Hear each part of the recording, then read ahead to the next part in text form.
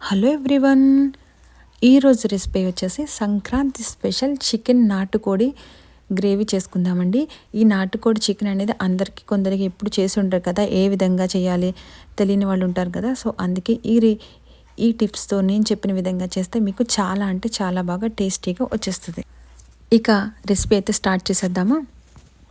First అయితే ఒక pan తీసుకోవాలండి. ప్యాన్ తీసుకుని కొంచెం ఆయిల్ అయితే ఎక్కువే పడుతుంది. సో నేను 4 టేబుల్ స్పూన్ వరకు ఆయిల్ అయితే యాడ్ చేశాను. ఆ తర్వాత వచ్చేసి 2 బిర్యానీ ఆకులు, 3 దాల్చిన చెక్క, ఒక 5 to 6 లవంగాలు యాడ్ చేశాను. వీటి వల్లే మనకి ఫ్లేవర్ అనేది చికెన్ గ్రేవీలోకి చాలా బాగా వస్తుంది. ఇవి కంపల్సరీ వేయండి, మిస్ చేయొద్దు. నెక్స్ట్ వచ్చేసి కొంచెం కరివేపాకు, 4-5 పచ్చిమిరపకాయలు చీలికలు చేసుకుని ఈ విధంగా పచ్చిమిరపకాయలు కరివేపాకు వేసి ఫ్రై చేసుకోవాలి. ఈ విధంగా ఇవన్నీ ఫ్రై అయిన తర్వాత మనం ఆల్రెడీ కట్ చేసి పెట్టుకున్నటువంటి ఆనియన్స్ను కూడా యాడ్ చేసుకోవాలి. ఈ ఆనియన్స్ కూడా మనకి చికెన్ బట్టి మనకి 2 పట్టేలా ఉంటే, ఎక్కువ చికెన్ ఉంటే 2 ఆనియన్స్ వేసుకోండి, లేదంటే ఒక ఆనియన్ సరిపోతుంది. సో నేను ఒక ఆనియన్ వేసుకున్నాను.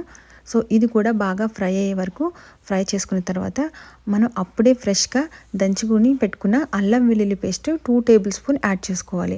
మనం అప్పటికప్పుడు చేసుకున్నదైతే మనకి గ్రేవీ అనేది చాలా టేస్టీగా వస్తుంది. సో అందుకే అప్పటికప్పుడు రెడీ చేసుకోండి. నెక్స్ట్ వచ్చేసి మనం ఆల్రెడీ చికెన్ని కడిగి పెట్టుకుని నేను కొంచెం పసుపు, సాల్ట్, కారం వేసి మ్యారినేట్ చేసి పెట్టుకున్నాను. సో ఈ విధంగా మ్యారినేట్ చేసి పెట్టుకున్న చికెన్ని యాడ్ చేసి కొంచెం అది ఒక 20% మగ్గే వరకు మనం మీడియం ఫ్లేమ్లో కుక్ చేసుకోవాలి. ఆ విధంగా 20 to 30% కుక్ అయిన తర్వాత మనం దీనికి ఆల్రెడీ మ్యారినేట్ చేసినప్పుడు కొంచెం కారం, సాల్ట్, పసుపు వేసాను కదా, మిగతా చికెన్కి సరిపడగా సాల్టు, కారం, కొత్తిమీర అన్ని ఇంగ్రీడియంట్స్ని ఇప్పుడు యాడ్ చేసుకుందాము. చూడండి, సాల్ట్ తగినంత, కారము 2 టేబుల్ స్పూన్ యాడ్ చేశాను, కొంచెం కొత్తిమీర. సో ఇవన్నీ యాడ్ చేసిన తర్వాత మళ్ళీ ఒకసారి ముక్క విరిగిపోకుండా జాగ్రత్తగా మనం మిక్స్ చేసుకుని లిడ్ పెట్టి క్లోజ్ చేసి చికెన్లో ఉన్నటువంటి వాటర్ పోయేంత వరకు మనం కుక్ చేసుకోవాలి. చూడండి, మొత్తం వాటర్ అంతా మనకి బయటకు వచ్చేసింది. ఆల్మోస్ట్ వాటర్ అంతా అయిపోయింది. ఇప్పుడు మనం చికెన్కి కావాల్సిన మసాలాను కూడా ఈలోపు రెడీ చేసేసుకుందాం. మనం వేసే మసాలా వల్లే మనకి చికెన్ గ్రేవీ అనేది చాలా టేస్ట్ వస్తుంది.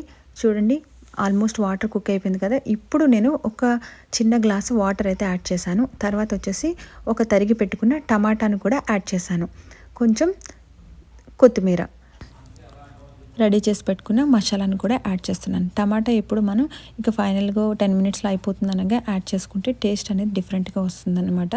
అంతేకాకుండా గ్రేవీ కూడా మనకి బాగా వస్తుంది కర్రీకి.